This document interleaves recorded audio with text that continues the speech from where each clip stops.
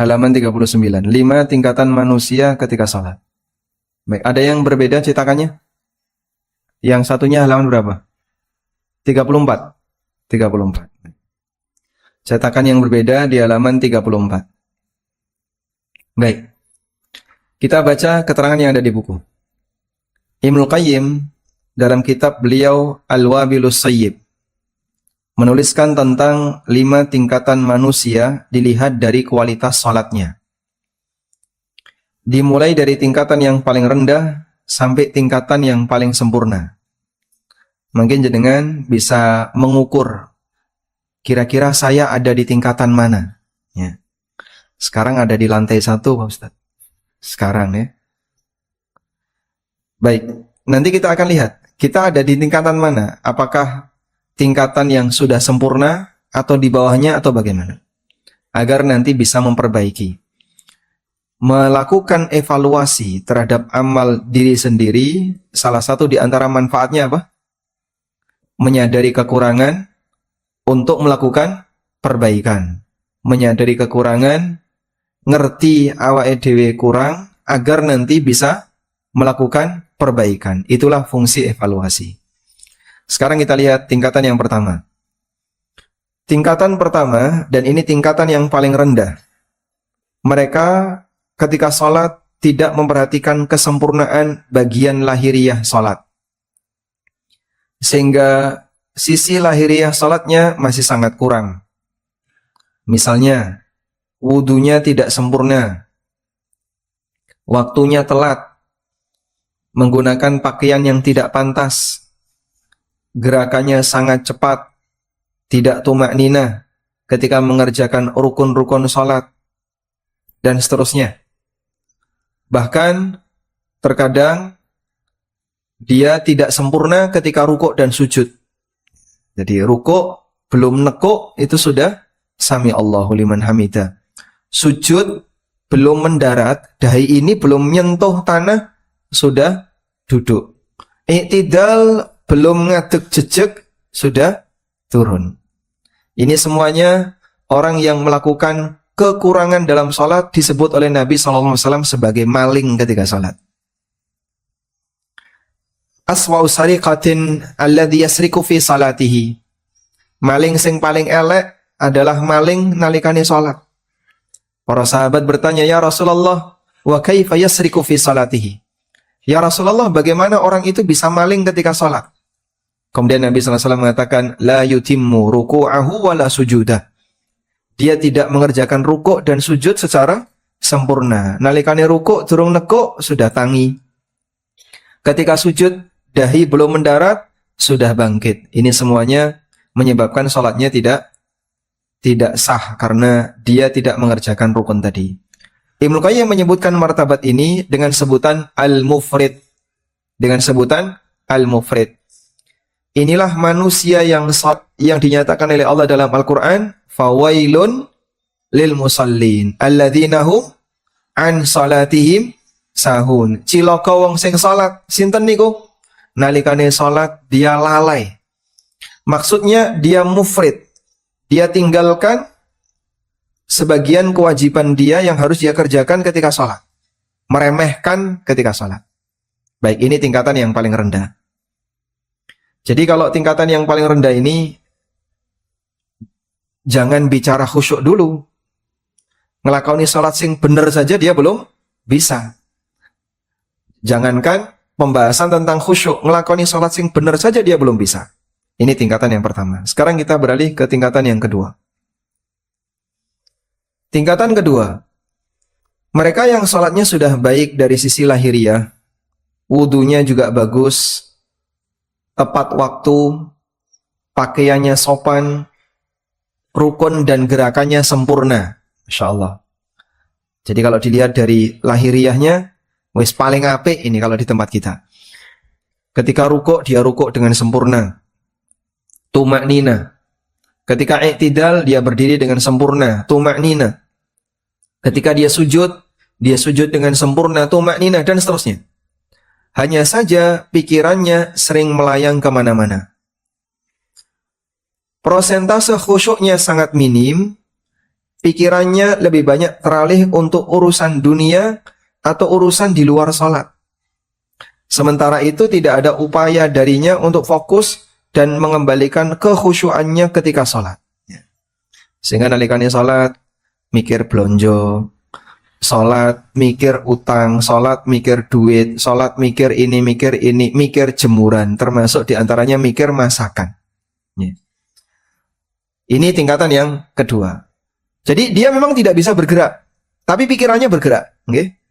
Badannya tidak bergerak, tapi pikirannya bergerak. Badannya mungkin ada di masjid, sedang nyatet kajian, tapi pikirannya wis tekan pasar. Ada nggak orang kayak gitu? Ngaji, badannya ada di masjid, pikirannya tekan, sing dipikir wis tekan pasar. Iki kok rampung-rampung tuh pengajiannya, salah tutup engko pasari kok. Pasar Klaten tutup jam pinten. Nah, orang seperti itu contoh nyata bahwasanya ada manusia antara pikiran dengan fisiknya tidak menyatu. Dan Ibnu Qayyim menyebutkan orang seperti ini masuk kategori manusia yang tingkatan sholatnya nomor 2. Baik, sekarang kita beralih ke tingkatan sholat nomor 3. Tingkatan ketiga, mereka yang sholatnya secara lahiriah sudah baik, sementara batin pikirannya selalu berjuang untuk khusyuk. Hatinya berperang melawan bisikan setan. Mereka berusaha untuk konsentrasi, sehingga pikirannya tidak dibiarkan bebas melayang kemana-mana. Nah, untuk yang kedua ini, untuk yang ketiga ini pikirannya keluar masuk. Kadang pergi, kadang datang. Kadang pergi, kadang datang. Kadang eling, kadang hilang. Kadang eling, kadang hilang. Lebih banyak mananya? Hilang apa eling? Ibnu Qayyim rahimahullah mengatakan, orang ini mengerjakan sholat sambil berjihad melawan was-was. Mengerjakan sholat sambil berjihad melawan was-was. Was-was yang dimaksud was-was sinten? Setan. Sebab setan itu berusaha untuk ganggu sholatnya hamba, sehingga yang sebelumnya tidak teringat jadi muncul. Sebagaimana yang disabdakan oleh Nabi SAW. Nabi SAW mengatakan, "Idza nudiya lis-shalah adbara syaitan walahu duratun." Nalikane adzan dikumandangkan, mengko setan itu menjauh dari masjid sambil mengeluarkan suara kentut. Walahu durat. Sambil mengeluarkan suara kentut. Ketika adzan sudah selesai, aqbala, dia datang lagi ke masjid. Wa idza thuwiba, ketika iqamah dikumandangkan, adbara. Qomat dikumandangkan, dia pergi lagi. Ketika qomat sudah selesai, dia balik lagi. Lalu dia ganggu orang yang salat sambil mengatakan uzkur kada, uzkur kada, uzkur kada. Eling iki, eling iki, eling iki. Sampai kunyit sing ilang ketemu tadi. Oh iya, aku nyimpen kunyit ning kene tak goleki. Alhamdulillah kelingan. Kapan? Pas salat. Uzkur kada lima lam yadhkur qablu. Ingat-ingat ini sampai dia teringat sesuatu yang belum sempat teringat sebelumnya.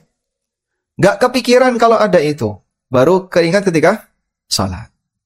Itulah salah satu di antara pengaruh dari salat. Bisa mengingatkan yang sudah terlupakan. Bahkan sampai ada sebagian ulama Hanafi ya, kalau tidak salah. Mereka menyebutkan, kalau orang itu kehilangan sesuatu, kehilangan kunci, atau kehilangan, biasanya jenengan kehilangan apa? Hah? Kunci motor, kacamata, potong kuku, itu yang sering ya. Wingi neng dia. Karena kan kepakainya sepekan sekali. Ada satu teori yang ini bagus sekali, mungkin Bapak Ibu bisa tiru ya. Ada teman kami, beliau orang Jepang, punya istri Indonesia. Nah, orang Jepang kan disiplin, ngaten nggih, Bu? Disiplin. Istrinya itu bilang, suami saya selalu mengajarkan satu kaidah, put it back, kembalikan ke tempat yang sama. Kembalikan ke tempat yang sama. Jadi sing jengene barang itu kudu ana nggone dhewe-dhewe. Kacamata ada di mana, kunci motor ada di mana, potongan kuku ada di mana, pisau ada di mana, gunting ada di mana. Engko nek njukuk ning kono balekno jangan di tempat yang lain. Orang Indonesia kan sak-sae gitu. Njukuk ning ndi balekno ning ndi, akhirnya ketriwal, ketelingsut. Sehingga saat dia butuh ra digoleki nemu, ren digoleki ra ono. Itulah kita. Makanya terkadang ganggu pikiran gara-gara seperti itu. Nah, disiplin seperti ini penting. Kok tekan kono toh Pak Ustadz Panjasen ini kan masalah sholat. Balik ke sini lagi. Nah, bisa jadi ada orang yang terkadang pikirannya kemelayang kemana-mana, dielingno sama setan. Eling iki, sampai dia teringat sesuatu yang sebelumnya tidak teringat. Demikianlah orang yang sedang digoda oleh setan. Tapi manusia tingkatan yang ketiga ini, dia berusaha untuk melawan itu. Sehingga kadang eling, kadang hilang, kadang eling, kadang hilang. Sekarang kita lanjutkan tingkatan yang keempat. Tingkatan yang keempat, mereka yang sempurna lahiriah salatnya. Secara batin sudah sempurna khusyuknya. Hati dan pikirannya menyelami setiap gerakan dan bacaan dalam salatnya. Mulai dari takbiratul ihram sampai salam. Hingga tidak ada bagian salatnya yang lalai karena memikirkan masalah yang lain. Masya Allah. Sing koyo ngene belum sampai puncak. Ini baru tingkatan keberapa? Keempat. Masih ada atasnya. Coba jenengan baca yang tingkatan keempat ini. Itu kalau bagi kita kan, wah ini wes luar biasa apa ini Pak? Salatnya baik, lahiriahnya bagus, semua rukun wajib syaratnya dipenuhi, sunnah-sunnahnya dipenuhi. Wonge khusyuk, bisa merenungkan isi lahir batinnya sholat. Kaya ngono kok belum mencapai puncak. Kayak apa yang puncak? Coba kita lihat tingkatan kelima, level tertinggi. Itulah sholat yang mampu membuat pelakunya serasa meletakkan hati dan pikirannya di hadapan Allah yang Maha Agung. Perasaannya seolah-olah dia benar-benar sedang menghadap Allah. Bahkan sampai dia telah meninggalkan raganya. Dirinya hanyut bermunajat dengan Rabb-Nya yang Maha Rahman. Dan orang seperti ini tidak merasakan suasana apapun di lingkungannya. Jadi nalikane sholat, ono rame, ono berisik, gak krungu. Kenapa? Saking konsentrasinya. Sehingga ada suasana apapun yang mengganggu itu sampai gak terasa. Kenapa nggak terasa? Karena dia sudah tidak, dia saking fokusnya dengan sholatnya, sampai tidak merasakan apapun di lingkungannya. Apa mungkin Pak ada orang yang seperti ini? Dalam kehidupan nyata. Coba kita buat cerita ilustrasi dulu. Ada orang kecelakaan, tabrakannya, jatuh dia. Sudah? Anaknya terpental. Orang tuanya jatuh, terluka, anaknya terpental. Baik, begitu jatuh, dia langsung bangun. Pertanyaannya, apa yang akan dicari pertama kali? A. HP, B. Motor, C. Dompet, D. Anak. Yang dicari pertama kali? Kenapa? Kenapa? Golai dompetnya apa anaknya? Anak ya. Baik. Karena dia peduli dengan anak, sayangnya dia kepada anak. Anaknya terpental. Begitu dia kecelakaan, dia bangun langsung cari anaknya. Di mana anak? Oh, anaknya di sana. Langsung dia lari menuju anaknya. Anaknya digotong sama orang, diselamatkan. Walhamdulillah nggak ada masalah. Ya? Ketika anaknya diserahkan, diberitahu, Pak, Bapak berdarah loh mukanya. Iya ya. Nah, dia baru merasakan berdarah kapan? Disentuh dulu, dilihat, oh iya. Paham ini? Berarti yang mengalami merasa atau tidak ketika itu? Tidak terasa. Baru terasa, waduh kok loro. Dia baru terasa darahnya itu ngucur di kepala setelah diberitahu. Kenapa? Konsentrasi dia yang sangat besar pada anak menyebabkan dia tidak merasakan sakit ketika kepalanya bocor. Itu contoh. Terkadang ada orang yang dia saking fokusnya dengan hal yang tertentu sampai rasa sakit itu tidak terasa. Nah, ini pernah dialami oleh Nabi Shallallahu Alaihi Wasallam. Kata Aisyah radhiyallahu anha, Nabi Shallallahu Alaihi Wasallam ketika qiyamul lail itu kata beliau hatta tatawarrama qadama, sampai kakinya Nabi SAW bengkak. Sampai kakinya bengkak. Jenengan kira-kira berdiri berapa lama sampai kaki bengkak? Berapa lama berdiri sampai kaki bengkak? Nggih? Dintup semut Pak Ustadz. Kita berdiri mungkin setengah jam belum bengkak itu kaki. Kita misalnya mencoba, jenengan coba nggih. Salat tarawih sak juz. Apakah kakinya bengkak? Belum. Berarti tambahi Pak Ustadz 2 juz. Durung bengkak Pak Ustadz. Tambahi 3 juz. Durung bengkak Pak Ustadz. Sing kira-kira sampai bengkak pirang juz. Itulah yang diceritakan oleh Aisyah radhiyallahu anha ketika menjelaskan bagaimana ibadah qiyamul lail yang dilakukan oleh Nabi sallallahu alaihi wasallam. Beliau qiyamul lail sampai kakinya bengkak. Kok ora krasa lara? Nah, tadi penjelasannya.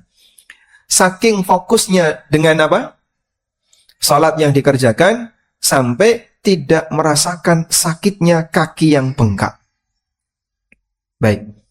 Itulah tingkatan yang tertinggi. Salat tingkatan yang kelima. Sekarang kita baca keterangan Ibnu Qayyim.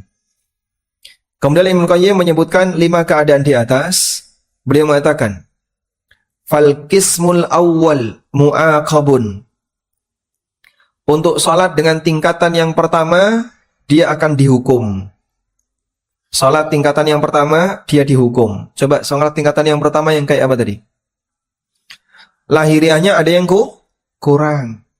Tidak tumak nina, rukuk sujudnya tidak sempurna, wudunya tidak sempurna, masih banyak yang kurang, dan seterusnya. Nyuwun sewu, masih banyak sekali orang yang wudunya salah. Niki nek dititeni siji-siji, monggo jenengan wudu tak titeni. Saya yakin masih banyak yang salah. Terutama, mohon maaf, siku itu sering garing. Bagian siku ya. Sehingga dia wudu mau diguyur-guyur gini, depannya basah, belakangnya kering. Yang kedua yang sering kering, itu tungkak. Ya. Tumit. Karena diguyur bagian depan. Belakangnya garing. Jenengan titeni bapak-bapak yang seperti itu juga banyak. Baru mulai sekolah sawah, wisuh. Tapi ternyata bagian tumitnya kering. Sholat, apa hukumnya? Batal. Kenapa? Wudunya tidak sah. Masih ada bagian anggota wudu yang tidak terkena air. Dan cukup sering saya menjumpai orang-orang di masjid ketika wudu seperti itu kondisinya. Alhamdulillah sebagian ketika diingatkan mau nurut, walaupun kadang sebagian ragilem nurut. Ini sholatnya batal, dan kalau nekat sholat, kata Ibnu Qayyim, mu'aqabun, sholatnya tidak sah, yang bersangkutan dihukum. Dan itulah makna firman Allah, fawailun lil musallin. Cilaka wong sing salat alladzina hum an salatihim sahun. Wa tsani muhasabun. Wong sing nomor loro, yang kedua muhasab, akan dihisab. Yang tadi nggih. Lahiriahnya sudah bagus, tapi pikirannya melayang kemana-mana. Sehingga dia salat sempurna secara fisik, tapi hilang secara batin. Orang seperti ini dihisab. Tegese pripun, Pak? Salate kurang, maka nanti akan dihisab. Wasalis mukaffar. Orang yang ketiga, salatnya bisa menutupi kesalahan. Mukaffarun. Mukaffarun itu artinya dia ditutupi kesalahannya. Salatnya bisa jadi kafaroh. Yang ketiga tadi gimana yang ketiga? Sempurna lahiriah, batinnya berjuang khusyuk, tapi kadang hilang. Jadi melbu metu, kadang hilang, kadang eling tadi ya. Nah yang seperti ini, salatnya sudah bisa menjadi kafaroh dosa. Warabi yang keempat, musabun, orang yang dapat pahala. Salatnya diberi pahala. Yang tadi, lahiriahnya bagus, sholatnya sempurna, dan dia sudah sangat khusyuk, maka yang seperti ini dapat pahala. Wal khamis muqarrabun min rabbih. Orang yang kelima yang paling tinggi itulah muqarrabun, orang yang mendekat kepada Allah. Li'annahu lahu nasiban mimman ju'ilat qurratu 'ainihi fis shalah. Kata Ibnu Qayyim, orang yang seperti ini Allah jadikan salatnya itu sebagai penyejuk bagi jiwanya. Allah jadikan salatnya itu sebagai penyejuk jiwanya. Sehingga krasa ayem nalikane salat. Terasa nyaman ketika salat. Wong nek wis kadung kepenak, krasa liyane gak digubris. Aku wis enak koyo ngene. Ada sesuatu apapun di luar gak diperhatikan. Itulah pengaruh baik ketika orang sudah merasa nyaman dengan ibadah tertentu. Nggih. Nyuwun sewu. Kalau orang itu punya masalah, biasanya pelariannya kemana? Nek jenengan kagungan masalah, apa yang Anda lakukan? Napa? Mancing. Judek karo bojone mancing. Masya Allah. Apa yang dilakukan ketika orang punya masalah? Ya? Curhat. Curhat, apa lagi? Kalau nggak ada teman curhat? Ngopi. Wudu.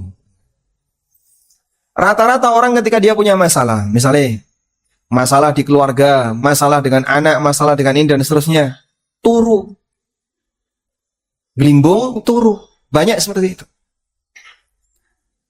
Kenapa? Hanya itu yang bisa dia gunakan untuk menenangkan dirinya. Ini yang muslim. Kalau yang non-muslim, mendem. Dia punya masalah, langsung nyari alkohol, minum dia. Lebih baik mendem daripada stres. Bar mendem tambah stres. Itu kalau non-muslim. Alhamdulillah kaum muslimin masih diarahkan oleh Allah. Yang paling parah, punya masalah, nyabu. Ada yang pakai obat-obat terlarang, narkoba. Itu ketika dia sedang stres. Baik, alhamdulillah kita dijauhkan oleh Allah dari yang seperti itu. Yang benar gimana yang benar? Kalau punya masalah yang benar pripun? Salat. Allah Ta'ala berfirman, wasta'inu bis sabri wassalah wa innaha lakabiratun illa 'alal khashiin. Mintalah pertolongan kepada Allah ketika kau punya masalah dengan sabar dan salat. Maksudnya gimana, Pak? Nalikane jenengan kagungan masalah, begitu punya masalah yang sangat membuat kita bingung, stres, langsung ambil wudu, salat. Kerjakan salat 2 rakaat. Silahkan curhat di situ, nangis di situ, sampaikan penderitaanmu kepada Allah. Dialah Zat yang Maha Kuasa untuk memberikan solusi terbaik bagi hambanya. Nabi SAW punya kebiasaan seperti itu. Sebagaimana kata Hudzaifah ibnul Yaman, kana Nabi SAW idza hazabahu amrun shalla. Idza hazabahu amrun shalla. Nabi SAW kalau beliau punya masalah serius, salat. Dapat berita, dompetmu hilang. Terus, salat, lapor, ya Allah, dompetku hilang. Dapat berita, HP-mu hilang, langsung salat, lapor, ya Allah, HP-ku hilang. Minta ganti yang lebih baik. Boleh kayak gitu? Boleh. Dan seperti itulah yang dilakukan oleh Nabi SAW, karena Allah jadikan penyejuk hati beliau di mana? Salat. Faman qarrat ainuhu bi salatihi fid dunya, siapa yang salatnya bisa menenangkan batinnya ketika di dunia, qarrat ainuhu bi qurbihi min rabbih azza wa jalla fil akhirah. Maka dia nanti akan bisa mendapatkan ketenangan ketika dia mendekat kepada Allah di akhirat. Masya Allah. Jenengan catat ini ya. Ibnu Qayyim menyampaikan, barang siapa yang salatnya menjadi penenang batinnya ketika di dunia, siapa yang salatnya menjadi penenang batinnya ketika di dunia, maka dia akan mendapatkan ketenangan ketika menghadap Allah di akhirat. Siapa yang tenang hatinya ketika salat di dunia, maka dia akan mendapatkan apa? Ketenangan ketika menghadap Allah di akhirat. Makanya kalau orang tidak pernah menghadap Allah nalikane ning donya, kok menghadap Allah di akhirat, ini hamba yang belum dikenal. Dia tidak akan bisa tenang. Baik. Nah, ini dilatih dengan cara ngelakoni sholat dengan tenang. Gimana Pak? Nikmati bacaan sholat yang sedang dibaca. Sehingga kita baca surat, baca Al-Quran, sambil menikmati apa yang kita baca. Insya Allah dengan demikian nanti jenengan bisa merasakan ketenangan. Baik, saya ajari sedikit ya. Biasanya kalau qiyamul lail berapa lama? Oke? Tergantung apa? Tergantung surat yang dibaca. Oke. Di HP-nya ada mushaf nggak? Ada. Nah, kalau sholat nanti sambil buka HP seperti ini, oke? Jadi misalnya ada meja kayak gini, terus jenengan sholat. Boleh di samping sini ya? Nah, iya.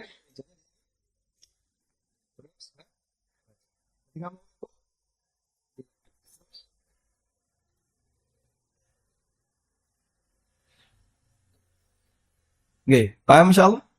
Nah, dengan cara demikian, walaupun kita tidak punya banyak hafalan, tapi sholat qiyamul lail sambil baca nanti bisa lebih lama, sambil menikmati bacaan yang baru saja belajar. Insya Allah dengan demikian nanti sholat jenengan bisa lebih lama. Ini cara yang paling mudah bagi mereka yang ingin qiyamul lail dalam waktu yang lama. Jadi bacaannya menggunakan HP atau mushaf. Beberapa kali saya menjumpai seperti itu di Masjidil Haram, di Masjid Nabawi. Para masyayikh atau mungkin para dosen-dosen di UIM atau para pengajar, para tulab, para mahasiswa. Seperti itu gayanya. Mereka qiyamul lail di Masjid Nabawi dengan cara kayak gitu. Masukkan saku, ruko, sampai sujud berdiri lagi, buka lagi. Terus seperti itu. Itu bisa 1 juz dalam semalam. Tergantung dari apa? Berapa lama dia qiyamul lail. Baik. Walhamdulillah. Sekarang kita akan baca contoh sholat level kelima. Di halaman lanjutannya saya sebutkan contoh sholat level kelima. Mereka yang menghadirkan hati di hadapan Allah menggapai tingkatan khusyuk yang paling tinggi. Sampai tidak terasa suasana yang ada di luar. Yang pertama, kisah yang dialami oleh Abbad bin Bishr. Dipanah 3 kali tidak batal sholatnya. Tersebutlah seorang sahabat yang bernama Abbad bin Bishr radhiyallahu anhu. Pada peristiwa perang Dzatur Riqa. Perang Dzatur Riqa itu perang ke arah timur. Madinah ke timur itu jalanannya penuh dengan bebatuan. Makanya disebut dengan perang Dzatur Riqa. Ar-Riqa itu artinya adalah alas kaki yang dipakai untuk menahan agar tidak sakit ketika menapaki bebatuan. Pasukan Nabi SAW mendapatkan kemenangan. Sehingga beliau pulang membawa ghanimah dan tawanan. Salah satu di antara tawanan itu adalah seorang wanita, istri salah seorang musyrik yang berhasil melarikan diri ketika perang. Jadi suaminya melarikan diri, maka istrinya, anak-anaknya dijadikan apa? Tawanan. Dibawalah ke Madinah. Ketika pasukan Nabi SAW melakukan perjalanan kembali ke Madinah, lelaki musyrik ini pun membuntuti mereka karena ingin membebaskan istrinya. Tibalah waktu malam, mereka harus beristirahat. Lalu Nabi SAW bertanya kepada para sahabat, "Man yahrusuna fi lailatina hadhihi?" Siapa yang siap untuk berjaga di malam ini? Karena semua pasukan harus tidur. Berarti harus ada yang jaga. Majulah dua orang sahabat. Yang pertama Abbad bin Bishr dan yang kedua Ammar bin Yasir. Kalau ada apa-apa, bangunkan pasukan yang lain. Sehingga dia bertugas menjaga. Kalau ada apa-apa, tugasnya apa? Membangunkan pasukan yang lain. Kemudian mereka berdua, siapa namanya tadi? Abbad bin Bishr, satunya siapa? Ammar bin Yasir. Kami siap ya Rasulullah. Akhirnya yang lain tidur, dua orang ini siap untuk berjaga. Kemudian Abbad meminta kepada Ammar, kita gantian. Kamu dulu yang jaga atau aku dulu yang jaga? Jawab Ammar, aku dulu yang istirahat, kamu yang jaga. Akhirnya Abbad yang berjaga, Ammar yang istirahat. Sudah? Mulailah Abbad berjaga di tengah suasana malam yang tenang, yang hening, tidak ada demonstrasi, tidak ada bakar-bakaran. Sehingga ketenangan Abbad membuat Abbad ingin bermunajat dengan Rabb-nya, ingin berdoa kepada Allah, dan banyak membaca Al-Quran. Akhirnya beliau bangkit mengerjakan sholat, dan beliau membaca surat Al-Kahfi. Perenungan luar biasa terhadap surat Al-Kahfi, hingga membuat Abbad hanyut dalam indahnya surat Al-Kahfi. Beliau tenggelam dalam tadabbur ayat demi ayat yang dibaca di surat Al-Kahfi. Nah, si musyrik yang mengintai tadi telah berhasil mendekat ke pasukan kaum muslimin. Cuman dia takut, nanti kalau sampai harus maju untuk membebaskan istrinya, bisa jadi ditangkap.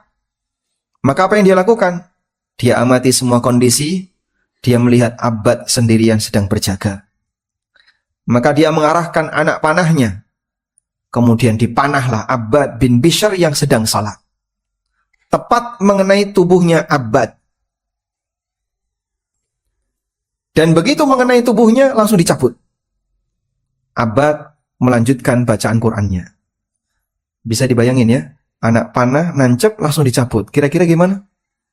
Hah? Nggak mati. Jangan mati dulu ya. Dan darahnya mengucur. Darahnya mengucur, keluar darah. Tapi Abbad tetap melanjutkan salat.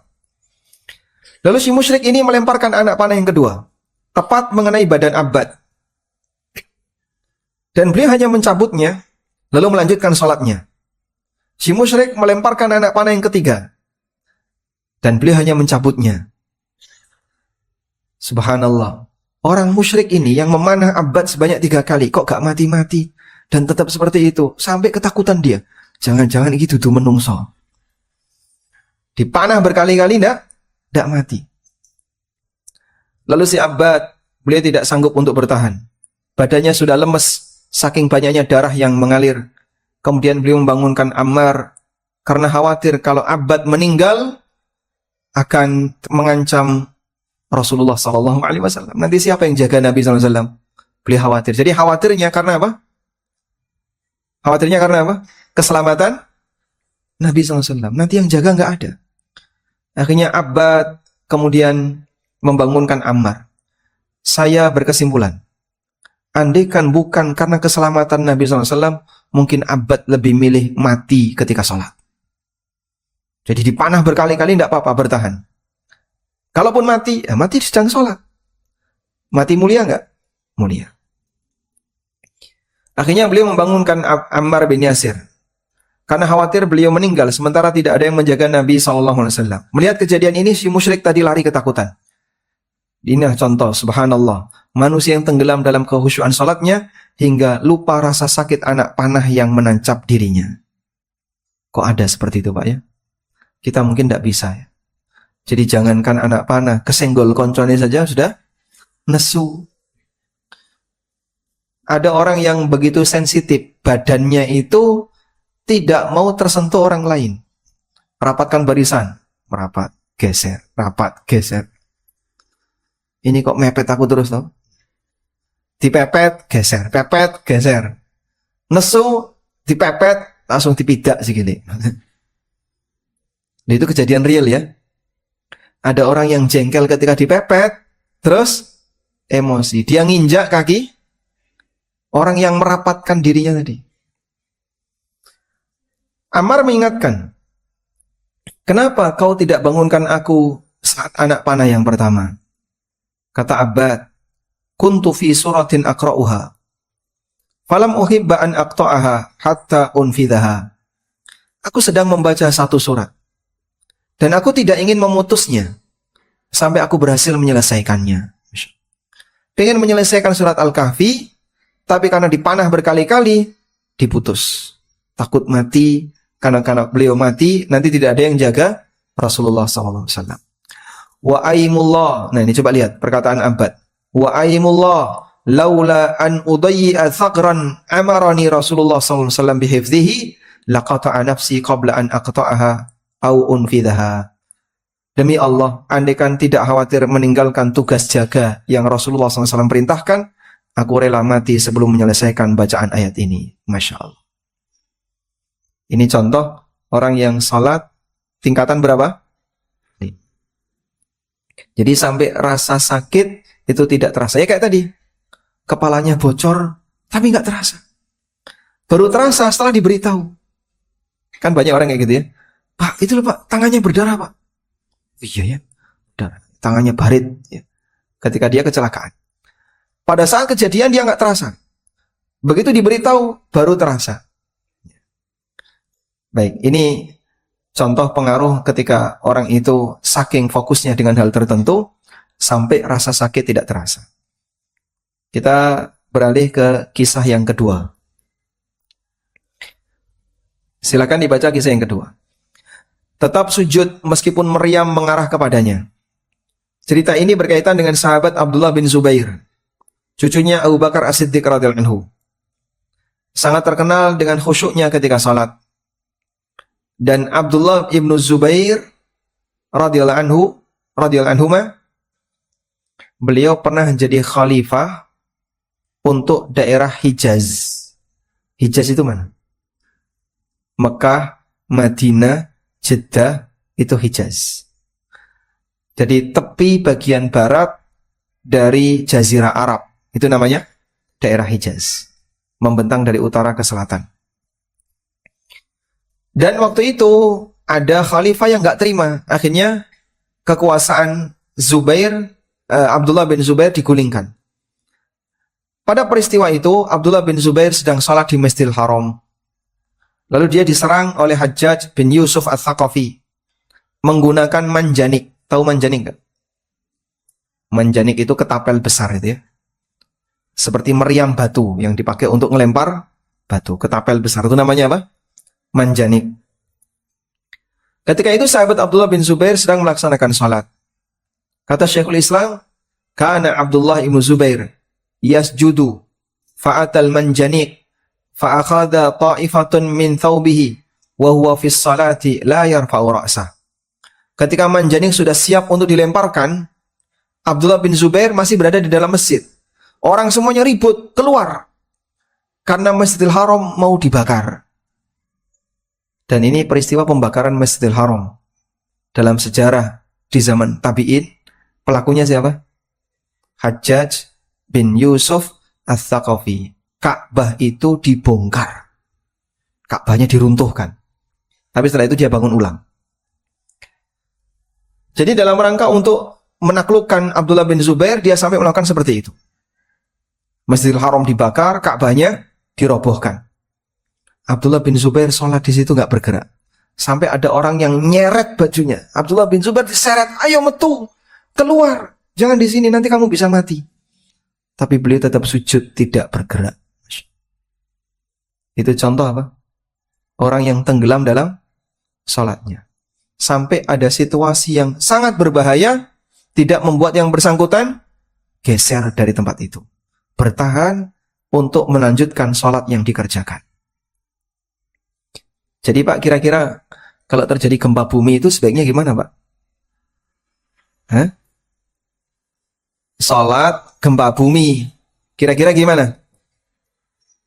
Nggih? Pripun? Bertahan atau lari?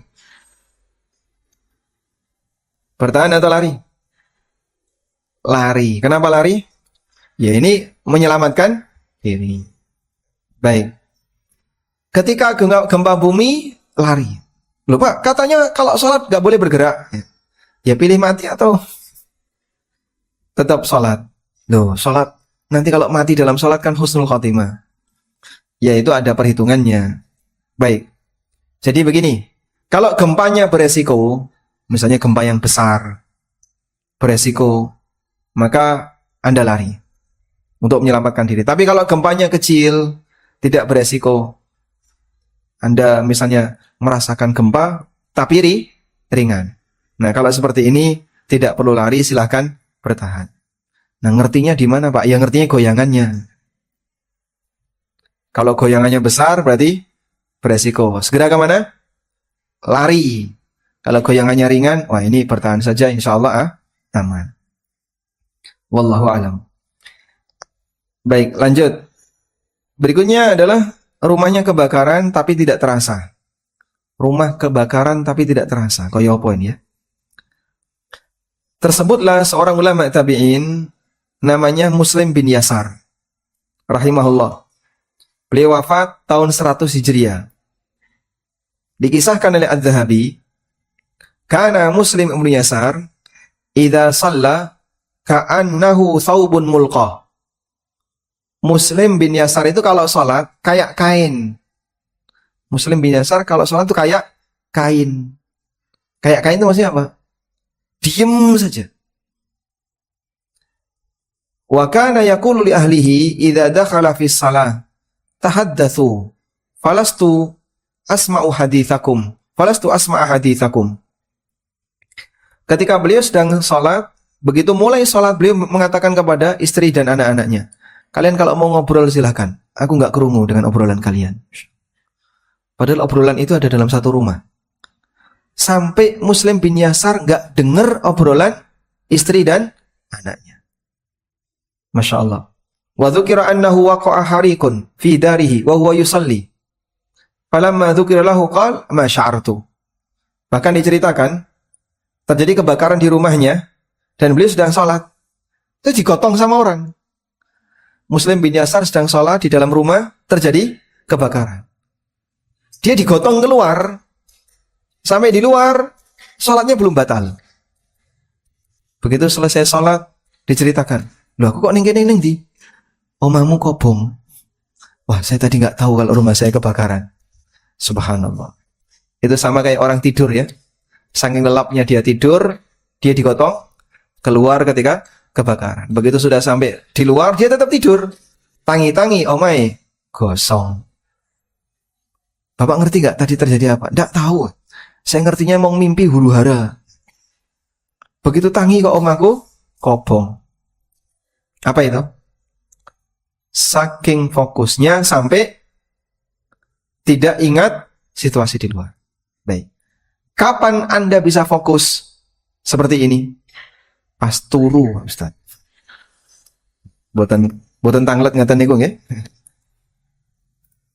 Selanjutnya, di setengah tawon tapi tetap bertahan ketika sholat. Imam Bukhari, penulis kitab Sahih yang disepakati umat Islam. Diceritakan, wa kana al-Bukhari yusalli dhata yaumin au dhata lailatin. Imam Bukhari pernah melakukan salat pada satu hari atau satu malam. Falasi'ahu zanbur 17 marratan. Lalu disengat oleh tawon 17 kali. Masya Allah. Jadi itu mungkin tawonnya masuk ke dalam baju, metu ra iso, gitu. Terus ngentup, arep metu ra iso ngentup meneh, metu ra iso ngentup meneh sebanyak 17 kali. Masya Allah.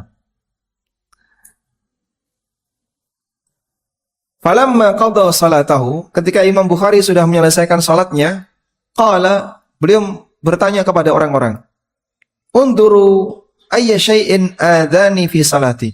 Coba tolong dilihatin. Tadi kok ada yang ganggu punggung saya ketika salat. Dibukalah punggungnya. Fanadharu fa idza zanbur qad waramahu fi 17 mawdi'an. Kemudian mereka perhatikan, ternyata ada tawon yang menyengat 17 tempat. tawon Zanbur ya. Menyengat 17 tempat di punggungnya Imam Bukhari. Masya Allah. Itu kalau kita ya, durung dintok wis batal salate gitu. Ono tawon lewat gitu. Enggak cuman tawon Pak Ustadz, nyamuk saja kita sudah langsung sholatnya bisa batal gara-gara ada serangan nyamuk. Ketika ditanya, walima lam yaqta salataka, kenapa kamu tadi tidak membatalkan salatmu? Jawab Imam Bukhari, kuntu fi suratin fa ahbabtu an utimmaha. Aku tadi sedang membaca surat sehingga aku ingin untuk menyelesaikannya. Maka beliau bertahan tidak membatalkan agar bisa menyelesaikan surat itu. Wallahu a'lam. Inilah semangat khusyuk yang dialami oleh orang masa silam. Semoga Allah Ta'ala menyempurnakan kualitas khusyuk kita dalam salat, sehingga kita bisa, ya paling enggak sesekali dalam sejarah hidup, pernah salat seperti ini. Salat yang sampai lupa dengan semuanya. Wallahu a'lam. Baik demikian. Wassallallahu ala nabiyyina Muhammadin wa ala alihi wa sahbihi wasallam. Baik. Ada 5 hadiah. Kuis dulu 5, baru nanti membaca pertanyaan. Hadiah utama VK ASN. Yang ASN angkat tangan. Kok bolos? Pun pensiun. Yang belum pensiun ada? ASN belum pensiun. Tidak ada. Baik. Pertanyaannya, cepat-cepatan ya. Pertanyaannya. Jelaskan tanpa membuka buku dan catatan.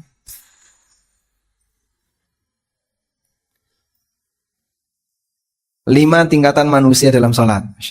Kudu hafal ini. Monggo.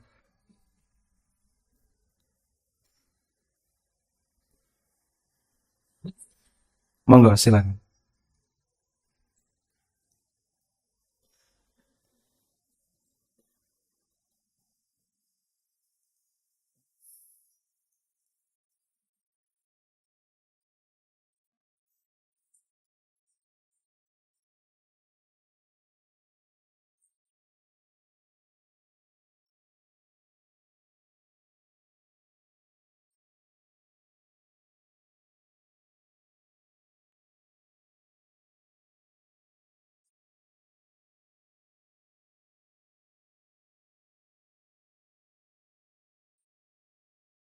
Ladzina hum an salatihim sahun. Baik, yang kedua.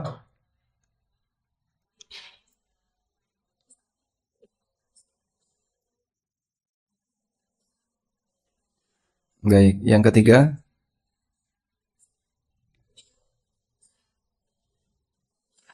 Salah lahirianya bagus, batinnya khusyuk. Ada usaha memperbaiki khusyuknya, tapi keluar masuk ya. Nah, kadang eling, kadang hilang tadi. Eling hilang tuh nomor 3 ya. Yang keempat.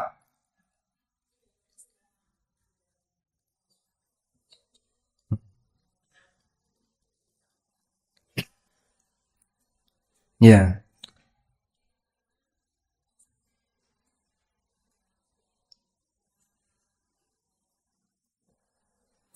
Baik, tenggelam dalam sholatnya, dalam munajat. Alhamdulillah, dapat hadiah ya.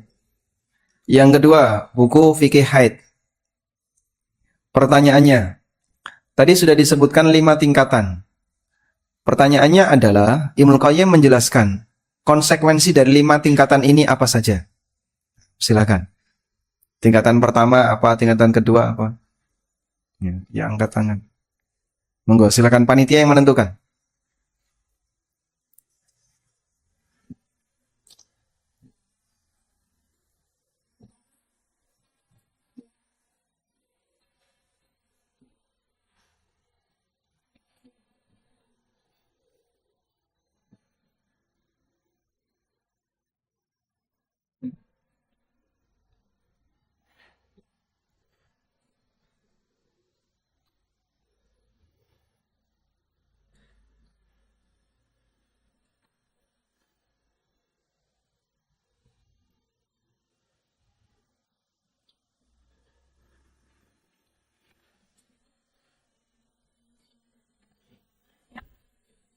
dihukum. Yang kedua, yang ketiga, jadi kafaroh. Yang keempat,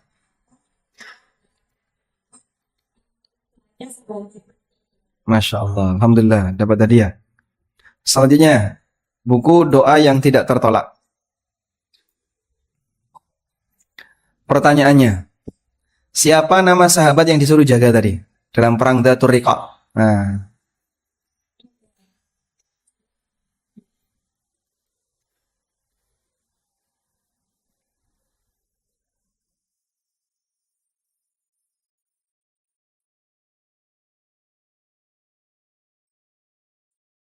Abbad bin Bishr. Satu lagi, Ammar bin Yasir. Baik. Pertanyaannya, siapa yang membakar Masjidil Haram?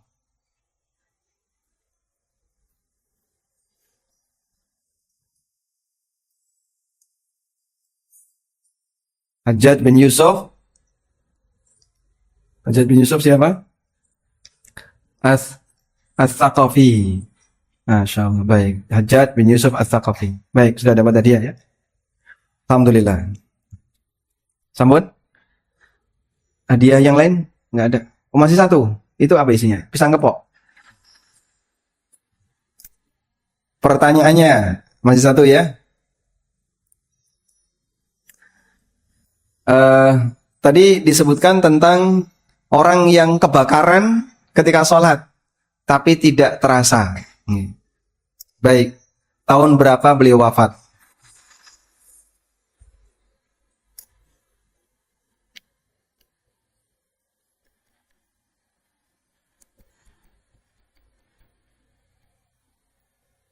Nah, pokoknya panitia yang menentukan ya. Kalau angkat tangan, mintalah mikrofon ke panitia.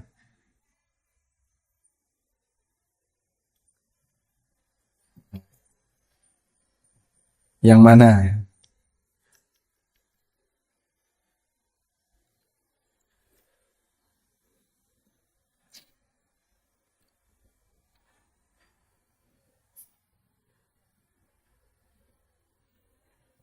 Baik, gugur, dianggap gugur ya.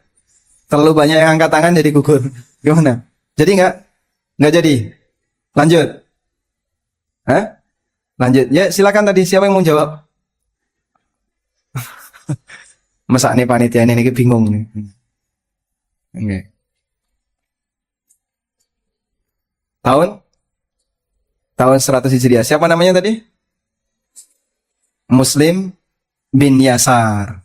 Muslim bin Yasar. Alhamdulillah, sudah selesai ya. Baik. Kita baca beberapa pertanyaan. Assalamualaikum waalaikumsalam. Apakah zikir setelah salat sunnah sama dengan zikir setelah salat wajib? Jawabannya beda. Yang kita baca astagfirullah, astagfirullah, astagfirullah. Allahumma antas salam wa minkas salam. Itu zikir kapan? Salat wajib. Kalau salat sunnah, ya tidak perlu zikir seperti itu. Sehingga salat sunnah zikirnya apa, Pak? Sesuai dengan zikir saat salat sunnah masing-masing. Selesai witir, baca apa? Subhanal malikil quddus, Subhanal malikil quddus. Kalau selesai salat, apa lagi? Selesai salat duha, tidak ada doa khusus. Selesai salat qobliyah subuh, nggak ada doa khusus. Maka kalau tidak ada doa khusus, Anda tidak perlu membaca apapun, walaupun boleh zikir bebas. Wallahu a'lam. Bagaimana batasan aurat ketika sholat bagi yang bercadar? Misalkan sholat di luar rumah, di tempat umum, di tempat terbuka. Bagaimana batasan pakaian yang dapat dipakai untuk sholat? Wajah dan telapak tangan itu bukan aurat. Makanya ketika sholat boleh dibuka pada saat tidak ada lelaki yang bukan mahram.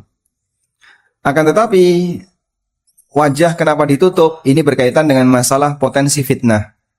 Oleh karena itu, dalam mazhab Syafi'iyah, sebagian ulama mewajibkan untuk memakai cadar dalam rangka menghindari potensi fitnah. Sehingga Anda yang sudah bercadar, ketika sholat di tempat terbuka, maka boleh sambil memakai cadar. Wallahu a'lam. Saya kemarin fotokopi 2 paket soal buku pelajaran untuk dipakai anak saya latihan soal ANBK. Bukunya pinjam dari sekolah. Tiba-tiba ditegur suami karena memfotokopi buku tanpa izin dari penulis. Beliau ngendika haram, mohon dijelaskan hukumnya dan bagaimana cara tobatnya. Wes kadung ya. Baik. Seperti ini sebenarnya kembali kepada uruf yang berlaku. Yang kita tahu kalau buku pemerintah ya. Seperti kalau dulu ada namanya apa yang diterbitkan oleh pemerintah itu? Iya, buku paket yang diterbitkan pemerintah. Ada namanya itu ya. SPS bukan? Itu kurikulum ya. Kurikulum SPS. Intinya buku yang diterbitkan oleh pemerintah. Yang kita tahu buku yang diterbitkan oleh pemerintah itu bebas akses. Makanya hak ciptanya milik negara, sehingga siapapun yang download PDF terus fotokopi bebas. Ini yang terbitan pemerintah. Nah, untuk penerbit selain yang punya pemerintah, contohnya Pak, misalnya penerbit A, penerbit B, penerbit C. Untuk buku-buku seperti itu, ya tentu saja pada asalnya tidak diperbolehkan. Karena mengambil sebagian tanpa izin dari pemilik, hukumnya tidak boleh. Tapi Pak, itu kan ada banyak sekali buku tafsir sholat bajakan. Nah, ada beberapa yang jual buku tafsir sholat bajakan. Ya. Dan kami juga mendapatkan laporan. Ada yang jual di marketplace, itu harganya di bawah harga modal. Murah sekali. Ini kulaknya nggak dapat segini kalau dia beli yang asli. Kok bisa murah seperti ini? Oh, ternyata fotokopian. Jadi dia beli yang asli, difotokopi dalam jumlah banyak, terus dijual di marketplace. Memang murah, tapi ini pelanggaran hak. Ya. Nah, seperti ini tidak boleh. Wallahu alam. Oleh karena itu untuk soal tadi, sepanjang itu sudah dibebaskan oleh pemerintah, karena ini buku terbitan pemerintah, insya Allah tidak masalah. Assalamualaikum. Waalaikumsalam. Apakah boleh memperbanyak doa, baik sesuai hadis atau bahasa Indonesia, dalam sujud dan sebelum salam? Boleh memperbanyak doa sebanyak-banyaknya, selama-lamanya. Berarti sujudnya berapa lama Pak? Yang penting Anda tidak lupa kalau sedang sholat. Itu batasan yang disampaikan oleh Al-Qadhi Abu Ya'la. Jadi ada pembahasan berapa lama orang itu maksimal boleh memperlama sujud. Misalnya sujud gak tangi-tangi itu bolehnya berapa lama? Kata beliau, tidak ada batas. Yang penting tidak sampai menyebabkan dia lupa kalau dia lagi sholat. Kadang-kadang ada yang saking lamanya begitu bangun, aku ini mau ngopo ya kok? Lah aku ini ngopo mau orang tangi-tangi. Saking apa? Lamanya. Ada kayak gitu ya? Ada. Makanya kalau sampai seperti itu kelamaan, maka yang bersangkutan melanggar, sehingga boleh sujud lama tapi tidak sampai berlebihan. Wallahu a'lam. Lalu isinya apa Pak? Membaca doa tadi. Boleh memperbanyak doa sujud. Subhana rabbiyal a'la, subhana rabbiyal a'la, subhana rabbiyal, dibaleni ping 100 monggo. Umar bin Abdul Aziz itu ketika beliau rukuk dan sujud, beliau membaca 10 kali. Subhana rabbiyal azim, subhana rabbiyal azim, subhana rabbiyal azim. Berapa kali? 10 kali. Di tempat kita kalau ada kayak gitu, protes makmumnya. Kelamaan, 3 kali saja kadang sudah merasa lama. Itu beliau baca 10 kali. Nanti coba ya, jenengan sholat, yang ibu-ibu kan sholatnya di rumah. Jamaah atau sendirian? Yang di rumah. Nah, di rumah kalau sendiri, coba baca doa rukuk, doa sujud 10 kali. Nanti akan terasa. Itulah sholatnya Umar bin Abdul Aziz. Dan Nabi SAW pernah membaca 10 kali. Maka Anas bin Malik memuji Umar bin Abdul Aziz. Kata beliau, belum pernah aku lihat ada orang yang sholatnya mirip seperti Nabi SAW melebihi pemuda ini. Dan yang dimaksud Umar. Bacanya berapa? 10 kali. Nanti bisa dicoba ya. Kalau pas sholat sendirian, ruku, subhana rabbiyal azim, ping 10. I'tidal, sami Allahu liman hamidah, rabbana walakal hamdu, cukup sekali saja. Terus sujud, subhana rabbiyal a'la, berapa? 10 kali. Bisa juga membaca doa-doa dengan permohonan, baik yang berbahasa Arab maupun yang tidak berbahasa Arab. Boleh nggak Pak kita doa pakai bahasa Indonesia ketika sholat? Pendapat yang lebih kuat boleh. Ya Allah, sadarkan pemimpin-pemimpin kami, ya Allah, misalnya. Amankan negeri kami, berikan keselamatan bagi masyarakat kami, buat masyarakat kami rukun, selalu damai, menjaga kenyamanan bersama, dan seterusnya.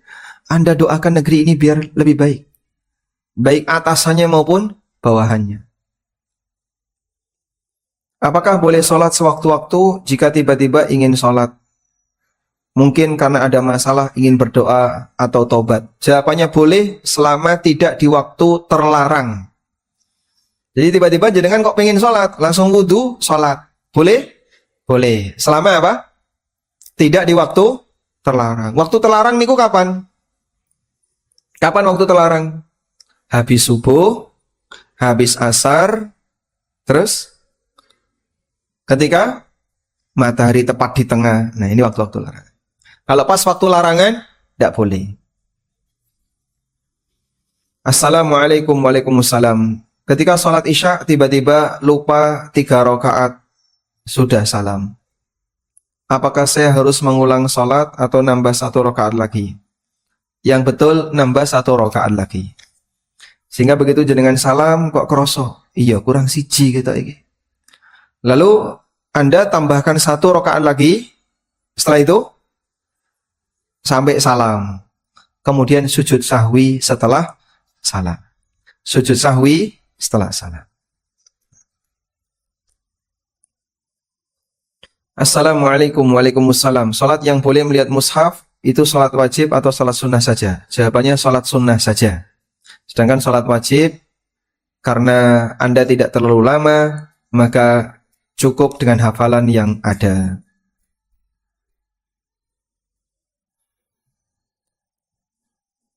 Apakah kita berdosa? Misalnya kita bilang sama anak, "Le, gek sholat. Nanti nek ndang sholat, wajahnya gosong loh."